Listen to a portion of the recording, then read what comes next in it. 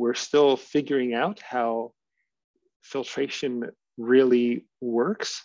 And we're getting closer to understanding what's going on, but there's still work ahead for us, which is what's exciting about this, right? The fact that we don't yet know everything means that there's still opportunities, and it means that there's still distinct possibilities that we'll be able to make significant improvements in how well plants perform, or alternately in how cheaply we can build them, once we have an understanding of the physics and can optimize our design for that. So more learning ahead. So today we're going to start on just more about what's going on inside filters and how they're designed and what the different options are, a little bit of the broader context of what kind of filters are available. So let's do it. So I can't help myself. I have to talk a little bit about slow sand filters. We will skim over the idea of the roughing filters and dynamic gravel filters, but we will talk about rapid sand and ultimately about stacked rapid sand, which is where we're really going. So that's what's coming up. So a little bit about types of filters. So it is very, very common. Well, first of all, most municipal water treatment plants in the United States use rapid sand filters. They are depth filters. That's the second bullet in this list. There are also many plants that are beginning to use membrane filters. That's a transition that's been happening for the last few decades. And membrane filters have pores in this like plastic membrane, and the pores are so tiny that they can capture all the particles that you would want to remove from the water. So the pores are smaller than bacteria, for example, and so they will absolutely capture those bacteria. And so you might be wondering, well, goodness, in that case, that sounds like an awesome filter. Why don't we just all switch to membranes? And the reason that we don't all switch to membranes is they're still fairly expensive. They don't have a very long life, and they require lots of chemicals in order to keep them clean. So they can't just be cleaned with a backwash, like we'll talk about later for sand filters. And so cleaning of them requires use of a mixture of an array of chemicals. And so it's messy. The other filter, now we're getting to the very top of the first note here. The other filter that is like surface filtration, where particles are captured right when they're trying to enter the filter, is slow sand filters. Slow sand are the first kind of filters that were created, and they have smaller sand media, and they have much lower filtration rates, and they also tend to capture almost all the particles right at the surface. We're going to eventually get to depth filtration because that's where we think the best option is. A little history on slow sand. No one started out, if you just have one kind of filter, you don't call it slow sand, you just call it a filter, right? And then eventually we tried to use those filters that were invented in England. We tried to use them here in the United States, and there are some of these filters that are built and are still operating in the United States. But eventually those filters ran into really big difficulties when they tried to apply them to rivers like the Ohio River or to the Mississippi, because the clay content of that water was high enough that these filters would clog really, really fast. And so it just wasn't practical to use them. And so in the United States, someone invented what they called a mechanical filter. And it was mechanical in the sense that it could be backwashed using hydraulically. So the water could be reversed to go up through the sand, and that way it could be cleaned. And so that's why they called it mechanical. And that led to this little race between the United Kingdom, England, and the United States. And we started calling the filters that were invented here American filters, and we called what they had invented the English filters. And then eventually we realized that maybe we shouldn't call them by which country invented them, but we should give them a name related to a characteristic of those filters. And so the big difference is the velocity of the water going through these filters. And so they've been called the slow sand and rapid sand since then. And there's also a thread of some folks who now call slow sand filters biosand. And I find that amusing and disappointing because that assumes that the reason that slow sand filters work is because of microbiological activity. And I did my entire dissertation on that topic and showed that actually the filters have a very, very strong physical chemical action. And it turns out this is a complete surprise. Guess what makes slow sand filters work? Oh, let's go to rapid sand filters first. Rapid sand filters only work if there's a coagulant that has been added to the water so that the particles that are in the water are sticky. Same reason that flocculation works. So you need to have sticky particles in order for rapid sand filters to work. And now is the surprise. It turns out that there's a particular chemical that is really, really important to make slow sand filters work also. And I demonstrated that there is naturally occurring aluminum in at least some waters, and that is clearly associated with slow sand filters working well. So slow sand filters work because of the fact that there's aluminum in the water that makes just naturally occurring particles sticky already, a little bit sticky, but not sticky enough to make flocculation work, but sticky enough to make the filter work. Okay, so we talked about slow and rapid, and then in 2010, stacked rapid sand filters were invented by the Agua Clara program, and they are smaller, they're more compact than rapid sand filters, and they are self-backwashing, so they don't require any pumps. So let's talk some more about filters. First of all, I think we talked about this early on, that if you talk to someone on the street and you say, I've got some dirty water, it looks cloudy, and I want to do something to it so that I can drink it, what should I do to it? Almost everyone would respond, you should filter it, right? And I want you to make sure you all leave this course saying, wait, if it's so dirty that you can see that it's dirty, then it's too dirty for filters to work. Unless you're using like a Sawyer filter or a camping filter and you're not planning on getting much water through it. But if you're actually working on treating water for a municipality and you've got to process a lot of water, then a filter is not going to be economical if you're trying to remove that much dirt with a filter. And so what we find instead is that each of these filtration systems can handle a little bit of turbidity. Like maybe slow sand filters max out at around 10, and I suspect that they actually struggle if they were given 10 NTU water. Rapid sand filters are somewhere around 3 or 4 NTU, and above that, they're gonna struggle.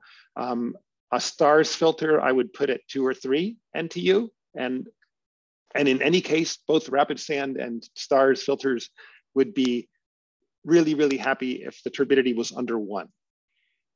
So, and isn't that interesting? Like 1 NTU means that the water is so clear that you wouldn't see anything with your eyes. And yet that's when these filters are actually happiest.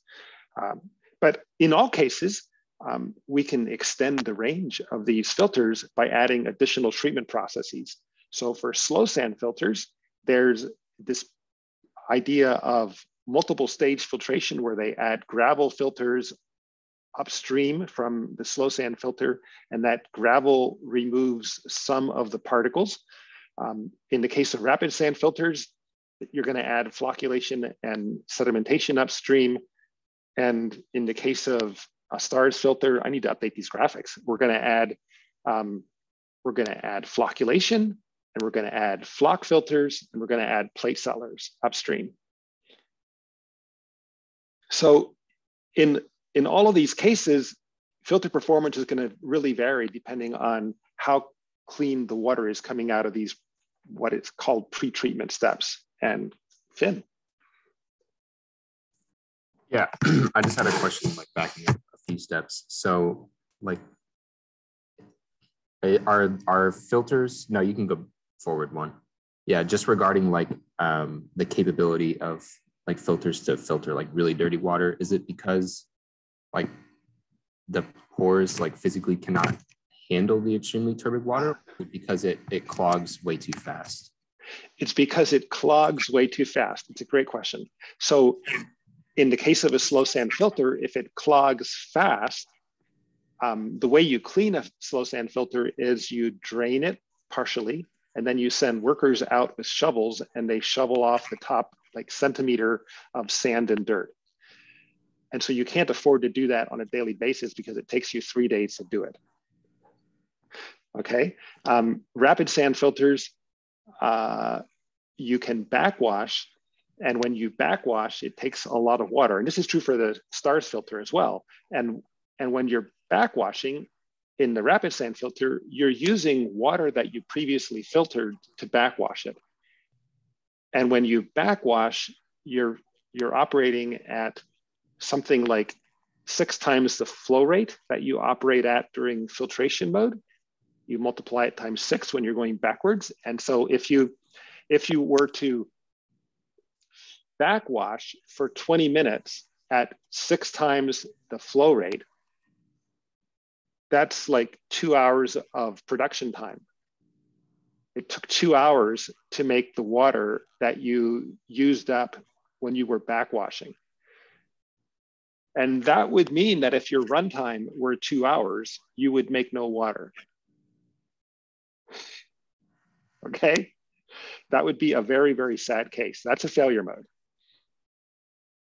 Okay, I have a follow-up question actually as well. So like, there would be a point where the water is like so clean, so low in turbidity that like obviously you wouldn't even need to filter it, but also would it like be valid to say that there's not enough like contaminants to stick in the pores to collect more contaminants? Like how we were yesterday, how most of the filtration actually occurs not from the sand pores, but from the... Yeah, those are great insights, Sven. So this is where we need to learn more about how to operate filters. So the Cornell water treatment plant, their understanding is, and I think they're exactly right, that the filter ripens a whole lot faster, means it begins to perform well after they clean it. It begins to perform well quickly if there's some turbidity coming in from the sedimentation tank. And if the amount of turbidity coming in from the sedimentation tank is really, really low, it takes a long time to ripen. That makes perfect sense, right? Because the filter needs to have some flocks in it to act like the filter. So yeah, there is an issue with the flock and flock filter and sed system, or sedimentation system working so well that there's not enough left over for the filter to work well. That begs a question of, well, why don't we, during the ripening phase of a filter, when we're bringing it back online, why don't we feed it a certain quantity of flocks from the flock filter and ripen it quickly? I feel like that's something that's just begging for someone to do, right? And then I think your other comment was, well, then the water is also so clean, do you actually need to filter it? And what's interesting here is EPA, it's a requirement that if you have a surface water, that you filter it. The flocculation, flock filter, plate settler system will not get you down to 0.3 NTU all the time. And that's an EPA standard. And so it's necessary to have it there. And and it's just a requirement that they have, that you have to filter. And like, I think that standard is a good standard, by the way. I think it's a good standard. But I think we've done a little bit of a disservice in the industry to talk about it as if it was the filter that does everything. Like the Cornell water treatment plant is not called the Cornell University water treatment plant. It's called the Cornell University water filtration plant. And I don't like that, because the vast majority of the particles that are removed in that plant are not removed by the filter. They're removed by the sedimentation tank. So I would prefer to call it a water treatment plant rather than a water filtration plant, because we're making it seem as if filters are what does everything, when actually filters are the polishing step. And a similar confusion is there's this notion that the reason that you filter the water is to get the water clean enough so that you can chlorinate it and disinfect it, as if the whole goal was disinfection, and forgetting that the majority of the pathogens are actually removed by the flock filter and plate settlers. Then there's some additional ones, a significant additional ones removed by the filter. And then the little bit that's left over, chlorine takes care of. Just a reminder that you can't forget those earlier processes. Those earlier processes are what save our necks. And the classic example of forgetting how this works is that there are lots of people who are out there installing chlorinators in small towns, even though the water is very, very turbid a lot of the year. And that just makes no sense. Like, chlorinating water that you can see is dirty just is not effective. So, wow, I just gave a little sermon there. I'll now chill again. Okay, so we're gonna remember what filters are good for. They're good for polishing water that is already pretty clean. And here's part of why we really want to have our particles removed by the clarifier and not by the filter.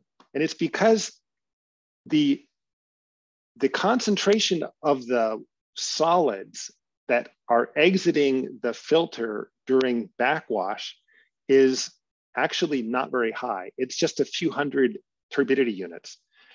Whereas the concentration of solids coming out of the flock hopper can be thousands of NTUs. And maybe this isn't so immediately apparent, but your goal at the water treatment plant is to make as much clean water as you can.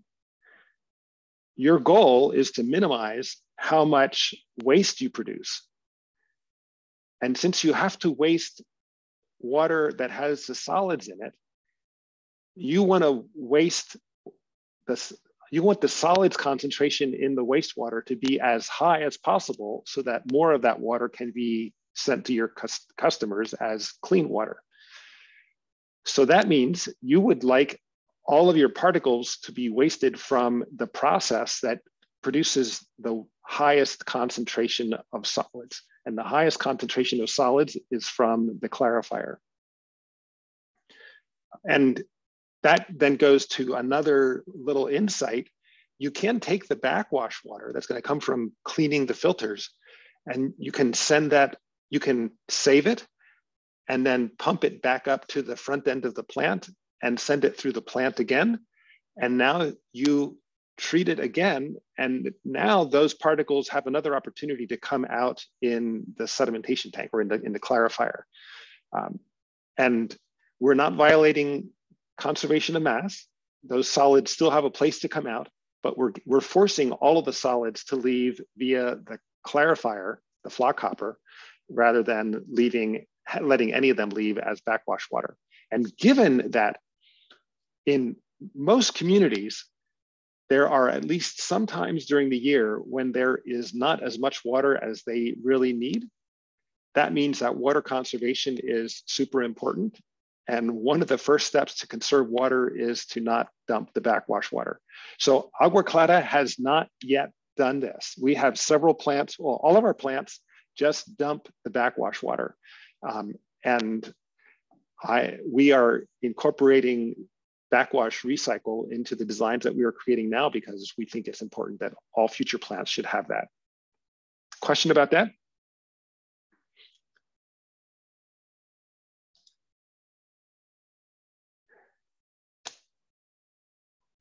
I think I just want to add on this slide that there is another option for treatment, and that is direct filtration. And this is for the case where you have really, really high quality water all year round. So if the water is less than 5 NTU all year round, you could eliminate the flocculation, flock filter, plate settler system and just go straight to a filter. I also highlight here, it works if the raw water turbidity is low, like less than 5 NTU, and also the dissolved organics have to be low. If the dissolved organics are high, then you need to have a clarifier built in. So I think just a couple of slides on slow sand filters. I have to talk about them a little bit because I spent so much of my life working with them. And here's an interesting insight. I spent my PhD learning about slow sand filters and how they work. And then when I realized that when Jacobo Nunez asked me, what can you do to provide safe water for villages in Honduras? I immediately knew that slow sand filters were not the right answer. And there are still plenty of people who are building slow sand filters for communities, and it ends up often being a problem. They fail in many, many cases because the water is rarely clean enough to use them. So they're the first filter that was used on a widespread basis. They've got really fine sand. So the sand has a size of about 0.2 millimeters. So you can try to hold up your fingers and look at what 0.2 millimeters looks like. It's very, very tiny. They have very low flow rates. Look at these numbers, low flow rates of 0.03 to 0.12 millimeters per second. Now, how do you think about that? Like Monroe just said that's a low number, but how do you know that that's a low number?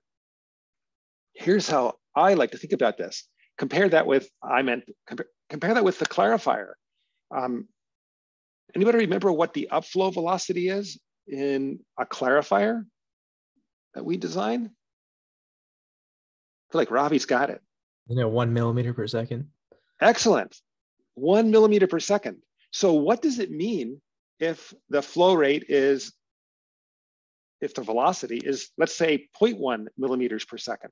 What does that mean about the area required for the filter?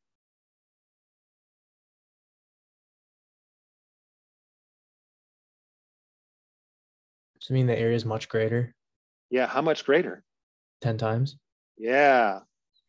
And remember, I told you this before. If someone offers you 10 times as much money, you'll be very intrigued by that opportunity. Factor of 10 is huge. So it means that a slow sand filter is likely 10 times larger than the clarifiers for an agua clara plant. So it's like, oh, this is huge. Like these are big filters. Now, here's the biggest advantage for slow sand filters. And that is if you build slow sand filters, you get to use the word Schmutzdeck. So Schmutzdeck is a German word, and it really means like filter cake. Although Schmutz, I grew up in Pennsylvania Dutch country in Berks County, Pennsylvania. And Schmutz was used by my father, who spoke Pennsylvania Dutch, to refer to the grease that we would use to grease our farm equipment. So it's, I don't know, it's grease, it's slime, it's biological stuff. I don't know, Schmutzdeck. Anyway, it's this layer of slime that's on top of a filter. And it's where most of the particles are removed. It causes a lot of head loss. And it's what, when the pressure dropped through the filter or the the water level difference between what's the water on top of the filter versus what's coming out the bottom is too great, then what you have to do is you have to drain the filter and send workers out to actually shovel off this schmutzdeck and a little bit of sand. Here's another advantage of slow sand. They're used without coagulation or flocculation. So that means you don't need any alum, you don't need any polyaluminum chloride. They just work, except they don't always, but you have nothing that you can do to help them work. So they just do what they do. And let's look at, here's a slow sand filter built in Honduras. And that was one of the student trips to Honduras. We're looking at the edge of one of the tanks. Here's a picture of a slow sand filter. And I'm guessing that this one might be in the United Kingdom. And they're showing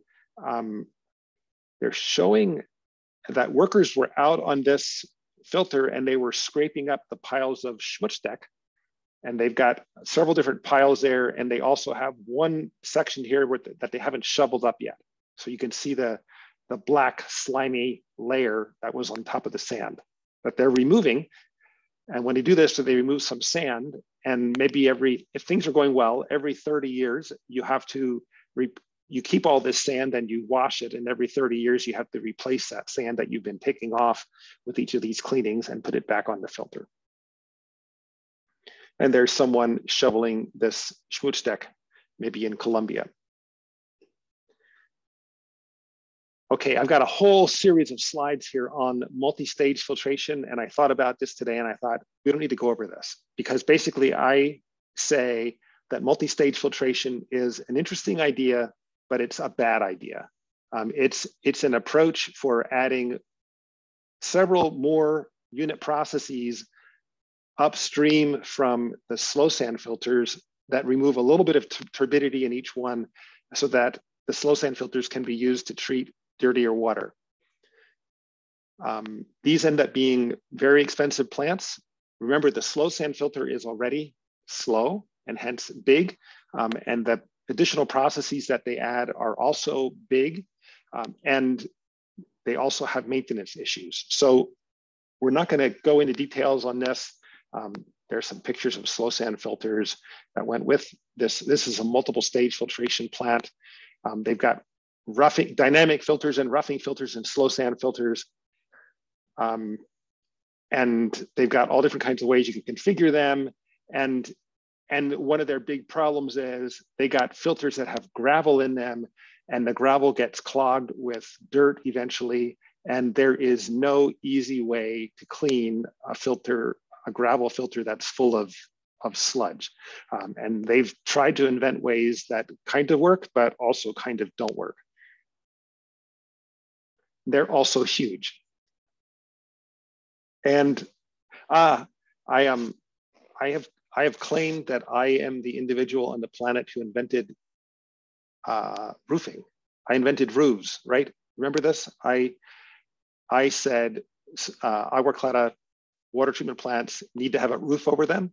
And I have to now acknowledge that I was not the first one that had this insight. Here is a slow sand filter or a roughing filter. Maybe it was a roughing filter. And they realized that they had trouble. They were growing algae. And so they covered it. And I'm wondering, if you look at this picture, right, the tin, what's that called? The tin roofing material can be removed. So you can get at the inside of the filter, because you still have to send workers in there sometimes. And I'm wondering if you can think about, in your design of this filter, what would be the next logical iteration to make this better? So currently, in order to get in there, you have to remove some of the roof. What would you do to make this better?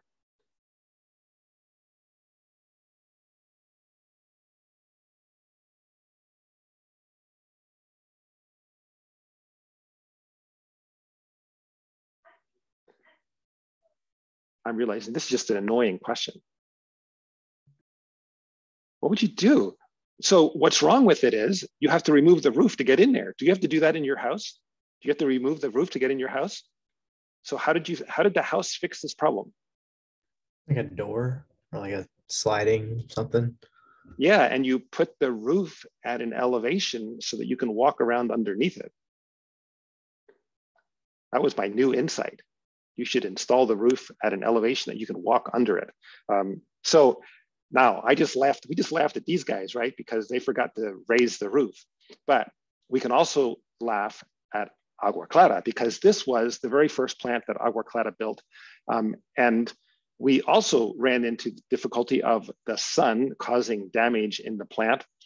And so there are now 4 little roofs covering little tanks in this plant. And that means that in order to get access and in order for the operator to see what's happening in any of these tanks, they have to lift the cover off. So this is like an illustration of the roof was absolutely necessary, and a roof should go where a roof should go, which is up over your head, so that you can still see what's happening in the plant. You see how these roofs actually made it worse? Because now the operator can't see what's happening inside the plant. And one of the things that you want to do in the design of a plant is make it so that the operator can easily tell what's happening. The operator shouldn't have to work hard in order to see what's happening in the plant. Okay. We talked, I mentioned this idea that if you know how fast the water is going through a slow sand filter, you can tell like how big it is going to end up being, right? Because you can use Q equals V times A. Q equals V times A. So that's a really important concept. And I want to just show you how significant that concept is. So here is an aerial view from Google Earth of 2 water treatment plants in Honduras, both providing water to the same town, one serving to one set of neighborhoods and another one to another set of neighborhoods. Both plants have the same design flow rate of 20 liters per second. And I didn't cheat here. I've used the same scale when I copied these images out of Google Earth. And you can see the water treatment plants from Google Earth, and you can see that the multi-stage filtration plant is just huge compared with the Agua Clara plant. And granted, the Agua Clara plant costs more per square meter because there's more stuff inside it. But it doesn't cost as much as all that extra concrete that goes into making a huge multi-stage filtration plant.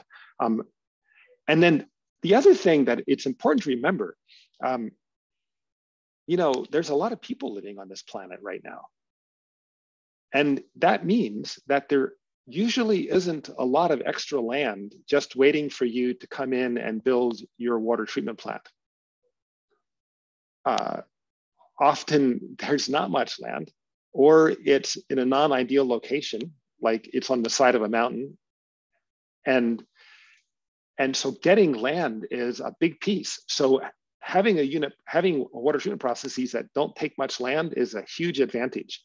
And please remember that the next time someone tells you that the solution to wastewater treatment is to use wetlands. There may be a few places where you can treat wastewater using wetlands, but wetlands require a huge amount of land. And it is very, very unlikely that the effluent from your city that you're trying to treat is going to conveniently lined up with a place where there's lots of wetlands ready to treat that wastewater. So just remember, land is at a premium on our planet today. Okay, now, rapid sand filters. So here's a cross-section of a rapid sand filter showing how we can have sand that is being held up by gravel. This is kind of the older design where sand is held up by gravel. And the way you get sand held up by gravel is you put small gravel on top of bigger gravel, on top of bigger gravel, on top of bigger gravel, with the idea that each change in size, the pores of the next layer down are small enough so that the smaller stuff that's on top can't go down through the pores. And so you can end up having sand supported by gravel by doing that transition in size. and so that the sand and gravel can all make sense, perhaps. This is showing the filter in filtration mode, where the influent water is going in, it's going up on top of the filter, it's going down through the anthracite, down through the sand, down through the gravel, out through this under drain system, and out to the effluent and to the clear well or to the distribution tank, and they're going to add chlorine, and it goes on to the community. And there's also anthracite on top. This is very, very common, and often there's a lot of anthracite and a little bit of sand. It depends on the design.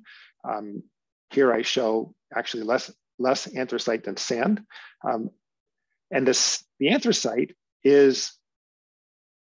has a larger diameter, right? It's 0.7 millimeters rather than the 0.5 millimeters for the sand. And it's also less dense. And that ends up being critical, because what's happening when you backwash the filter, the water's going to go up through this filter so fast that it's going to fluidize it. It's the sand is going to be moving around, supported by the water pressure that's pushing it up, and all the sand and anthracite could potentially mix. But the sand terminal velocity is actually greater than the anthracite terminal velocity, and so the anthracite ends up on top. Okay, so that's how dual media filtration works. You get the larger grain sizes to end up on top, even though they were larger, but it's because they're less dense, so they settle slower. If you just had a sand bed and no anthracite, and you didn't sieve the sand to have it all be a similar size, so you had sand that was ranging from 0.2 millimeters up to 1 millimeter in diameter. And now you fluidize that sand bed, and then you let it all settle back down again. Which sand grains most likely end up on the bottom? The ones that were settling faster, right? So the 1 millimeter ones end up on the bottom, and the 0.2 millimeter ones end up on top. So you end up with this non-uniform stratification with the smaller ones on top. And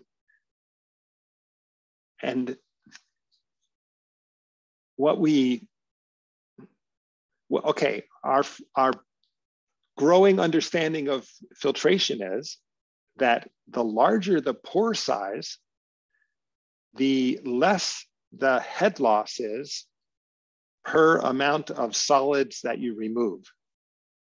So if you put fine sand on the top, the filter will develop head loss very, very quickly.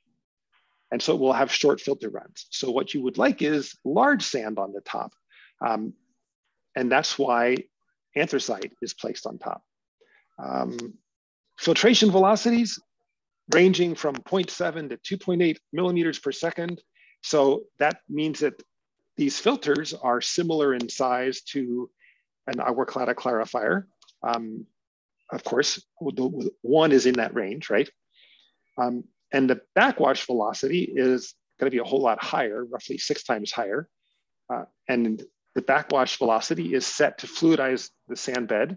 I have a question here for you. And this showed up in my meeting with some of the students on Tuesday. If you have water entering the top of this filter over here, it's going down at 1 millimeter per second. So when we report a filtration velocity, it's the water velocity that you have based on Q equals V times A when there's no sand in that area. Okay, so the velocity in this case for this filter that has water on top of sand, it's the velocity of the water above the sand. And what I want you to think about is when the water enters the filter, does it speed up, slow down, or keep going the same velocity? Patrick, could you make a poll? So it's speed up, slow down, or same velocity. Any questions about the question? You've got water. entering sand, and I want to know when the water enters the sand, does it speed up or slow down, or keep on going the same velocity?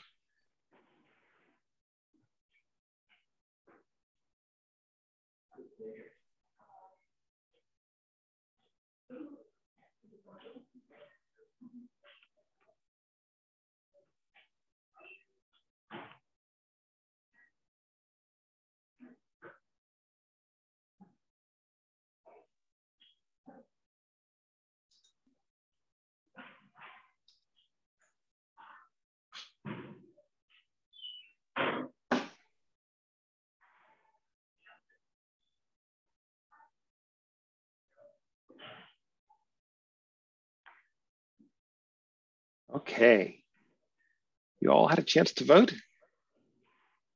Don't worry, your final grade does not depend on this.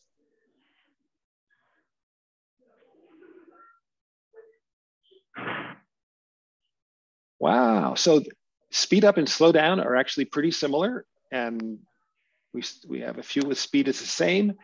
And isn't this fascinating?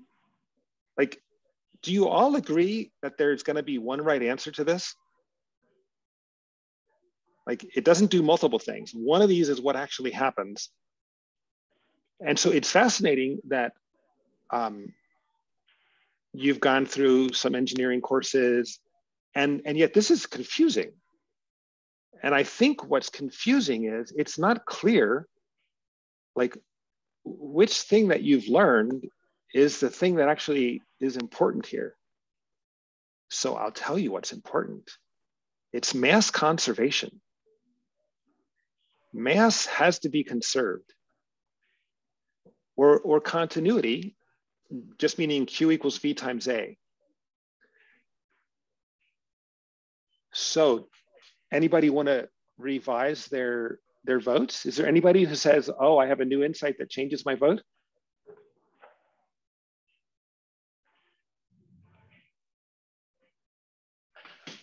Because I bet that some of you were thinking about, like, it's harder to go through the sand, right?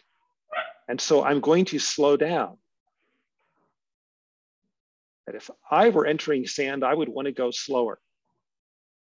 But the insight is the water doesn't have any choice. There is water coming down from above that is pushing on it, and it has to enter that sand and get out of the way.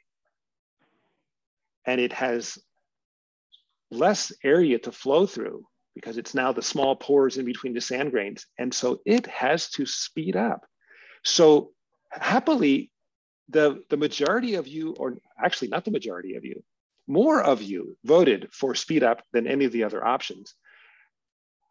Are you convinced by my little case? It's about mass conservation, continuity, and the water is coming in. It's coming from behind you, pushing you in. You have to get out of the way. You have to actually speed up. Okay, so why was that so important? Just because if you want to understand the model, or if you want to model what's going on inside a filter, having that insight is going to help write the right equations. Okay, we're at 3:05, and I want to just talk about backwash yet, just very briefly. So here's the same cross-section of the filter, and this time I've changed the valves, and there's wash water, which is clean filtered water, that's coming in from the other side of the filter. And now there's this trough that you probably saw before and you wondered what it was. So there's this black trough that's at the top of the filter, and that is exiting, and it's actually dumping the backwash water out onto your desktop, right? It's coming right out of the screen at you. And so water is going up through the gravel, sand, and anthracite, and the gravel has a high enough terminal velocity that it's not being fluidized, it's not suspended, but the sand and the anthracite are up there moving around. And apparently there's a link there to fluidized beds. And there's at least now a few videos on YouTube about fluidized beds or fluidized sand. There's even, I forget which YouTuber has a video of sand being fluidized using air. And it's worth looking at that just to see like what happens when you fluidize a bed. What's cool is when a bed is fluidized, if you put something on the top of that bed that's more dense than the bed, it will just sink right down through the bed. Matter of fact, that's how we tell if a sand filter in an agua clara plant is fluidized. We take a PVC pipe that is really, really long, and we drop it down onto the sand bed. And if it's fluidized, that PVC pipe will just nicely drop right into the sand bed. And if it's not fluidized, you can't push it in even if you try. Okay, so you can easily tell that way if the bed is fluidized. The question here is, why are we using wash water? Why are we using clean water, treated water, to backwash a filter? Why is this the conventional design, and why is it like so important? So look where the water's coming in at the bottom of the filter. We're putting clean water in at the bottom of the filter and running it up through the filter and out the top. When we quit backwashing, what water is on the bottom of the filter? The water that we just used for washing it. And so if we were to use raw water, for example, dirty water from our mountain stream to backwash the filter, then when we quit backwashing, there'd be dirty water coming at the very bottom of the filter, and that would be the first thing that would go towards our clear well to our customers. So that's why wash water has to be treated water. Only clean water should ever be on the effluent side of the filter. And agua clara with our STARS filter actually violates this. We don't use filtered water. We use clarified water, which is not quite as good. It's still pretty good. But that's one place where we kind of fudged the rules a little bit to be able to get a design that didn't require pumps in order to backwash. With that, I've got to quit because I want to go to gather and provide guidance on and give you a chance to work on the design challenge. Any questions before we head over to gather?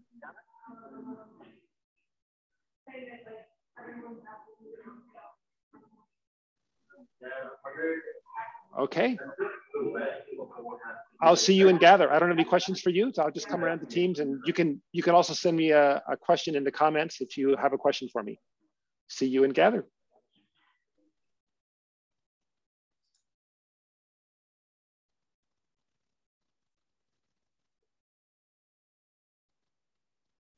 It got noisy there for a little bit.